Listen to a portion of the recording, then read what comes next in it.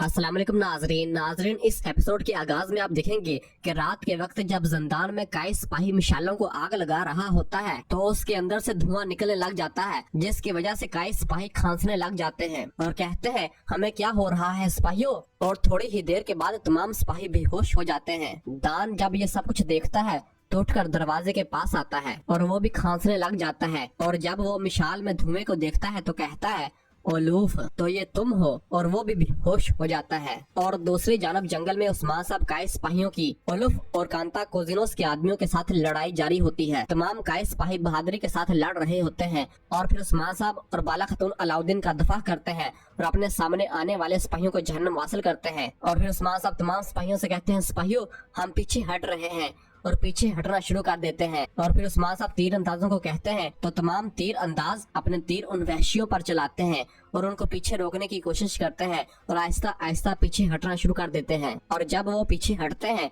तो ओलूफ के जंगली वहशी भी उनके पीछे जाते हैं। और फिर इधर यीनी शहर के जिंदान में फ्रिग और ओलुफ अपना भेष बदल कर जिंदान में आते हैं। फ्रिग अपने साथ बेहोशी से उठाने वाली दवाई भी लेकर आती है। ओलुफ और फ्रिग उस दवाई को सूंघते हैं। ओलुफ कहता है मुझे तुम्हारी जहानत सबसे ज्यादा पसंद है प्यारी, जिस पर फ्रिग कहती है मैं जानती हूँ। और फिर ओलुफ काई सिपाही से जिंदान की चाबी लेकर जिंदान का ताला खोलने लग जाता है और जिंदान के अंदर दाखिल होकर दान के पास आता है। और आकर जब दान का हाथ देखता है जिसकी उंगलियां कटी हुई होती है, ये देखकर ओलुफ कहता उस्मान मैं तुमसे इसका हिसाब लूंगा, मैं तुम्हारी चमड़ी उतार दूंगा उस्मान। और वो दवाई दान को सुंघाता है तो दान को होश आ जाता है। अपने सामने ओलुफ को देखकर दान बहुत खुश होता है और कहता है ओलुफ मुझे मालूम था कि तुम आओगे। ओलुफ पूछता क्या तुम ठीक हो? दान कहता मैं ठीक नहीं हूँ। और फिर फ्रिग बताती है चलो जल्दी करो, महाफिज उठना शुरू हो रहे हैं। और दूसरी जानब जंगल में उस्मान साहब बाला खतून अलाउद्दीन को बचाकर जब पीछे हट रहे होते हैं तो उनके पीछे जंगली वहशी कुत्तों की तरह लगे होते हैं।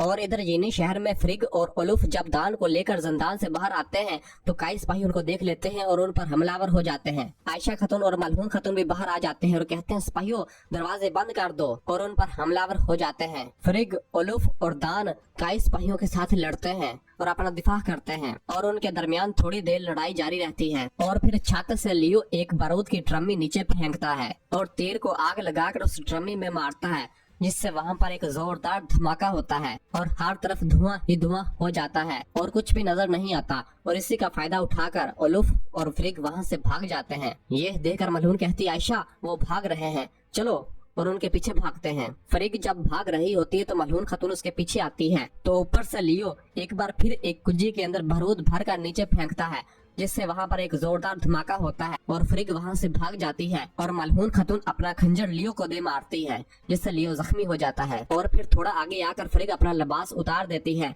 और उसे एक टोकरी में डाल देती है और एक बच्ची को देखती है जो कि डर के मारे छुपी होती है। तो फ्रिग उस बच्ची को उठा लेती है कि इतने में ही मलहून खतून वहाँ पर आ जाती है और फ्रिग उस बच्ची को पकड़कर कहती है ओ बेटी डरो मत, मैं यहाँ हूँ। मलहून खातून फ्रिग से कहती गली में ना रुको, घर जाओ, दुश्मन घूम रहे हैं, और आगे की जानब रवाना हो जाती है। और फिर ओलुफ दान को भगाता हुआ अपने घोड़ों के पास आता है और दोनों घोड़ों पर सवार होते हैं और वहाँ से घोड़े भगाते हुए रवाना हो जाते हैं। आयशा खतून उनको देख लेती है और सिपाहियों से कहती है सिपाहियों जल्दी करो वो भाग रहे हैं, और तमाम काई सिपाही उनके पीछे भागते हैं। और दूसरी जानब लियो जो कि जख्मी होता है भागता हुआ अपनी दुकान के अंदर आ जाता है। और फिर दूसरी जानब जंगल में उस्मान साहब अलाउद्दीन को लेकर एक जगह पर आते हैं और कहते हैं यहाँ बैठो मेरे बेटे। और अलाउद्दीन बहुत जख्मी होता है। उस्मान साहब कहते हैं बेटा तुम 40 आदमियों में से बच के निकले हो, तुमसे ज्यादा बहादुर कोई नहीं। और फिर बाला उसके बाजू पर पट्टी करती है और कहती है अल्लाह का शुक्र है कि तुम ठीक हो बेटा, तुम ठीक हो। और फिर अलाउद्दीन कहता है बाबा ये सब मेरी वजह से हुआ। उस्मान साहब कहते हैं नहीं बेटा ऐसा मत कहो, और उसे पानी पिलाते हैं। और फिर कहते हैं तुमने अपनी तहरीर से हमें इस जाल से बचाया। ओलुफ के जंगली वहशी भी भागते हुए पीछे आ रहे होते हैं तो एक सिपाही बताता है हजूर वो आ रहे हैं, जिस पर उस्मान साहब तमाम सिपाहियों से कहते हैं सिपाहियों हर कोई अपना फर्ज जानता है, और तमाम सिपाही छुप जाते हैं।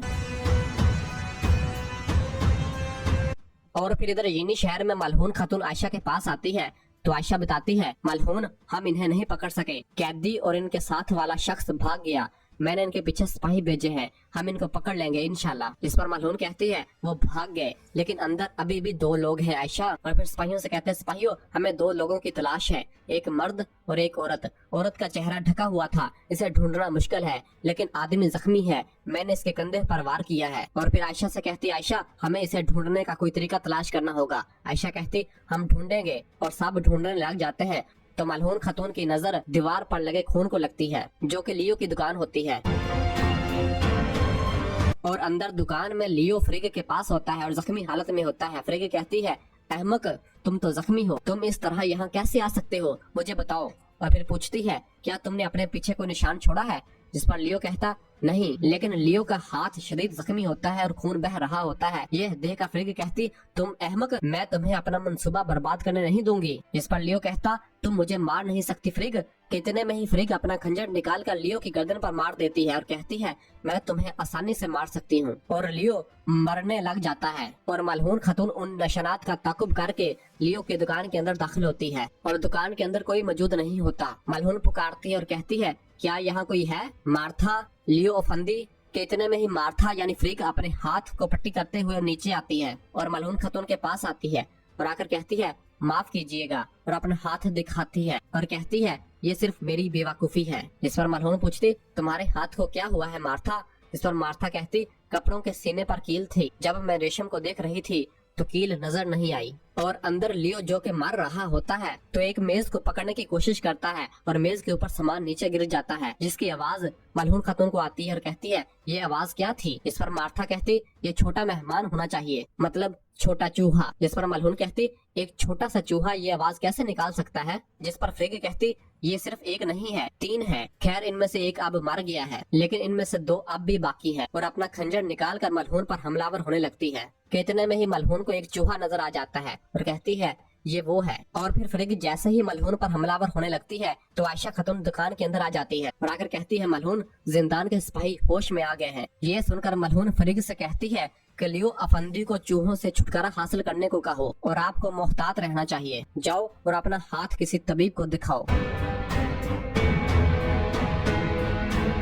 और फिर दूसरी जानब उक्तम साहब के कबीले में तमाम लोग अपने शहीदों को दफना कर वापस कबीले आ रहे होते हैं। तो बेंगे खातून रोते हुए कहती है मेरा बतूर, तुम्हें अम्मा ने मेरे पास छोड़ा था, मेरे भाई तुम अब शहीद हो, लेकिन तुमने अपनी बहन को भी अजियत में छोड़ दिया है। और फिर तुर्गा साहब उक्तम साहब से कहते हैं उक्तम साहब मैं जानता हूँ कि हमने अभी अपने भाइयों को दफन किया है और आपका दर्द अभी ताज़ा है, लेकिन आपके कबीले में बाकी रहने वालों की भलाई के लिए मेरा एक फर्ज है जिसका इंतजार नहीं किया जा सकता। इस पर उक्तम साहब कहते इतने दुख के वक्त में जिसका इंतजार नहीं किया जा सकता ऐसा क्या वजीफा है तुर्गा साहब। इस पर तुर्गा साहब कहते हैं मैं आपके कबीले की तलाशी लूंगा। ये सुनकर उक्तम साहब और बाकी सब लोग हैरान और परेशान होते हैं। और फिर बेंगे खातून पूछती हमारे कबीले में रोती हुई माओ के अलावा और क्या रह गया है, आप क्या तलाश करेंगे। इस पर तुर्गत कहता माकड़ी से कस्तुंतिनिया जाने वाले टैक्स गायब है, कांता कोजिनोस का ख्याल है कि आपके पास सोना है, मेरा फर्ज है कि मैं इनको तलाश करूं।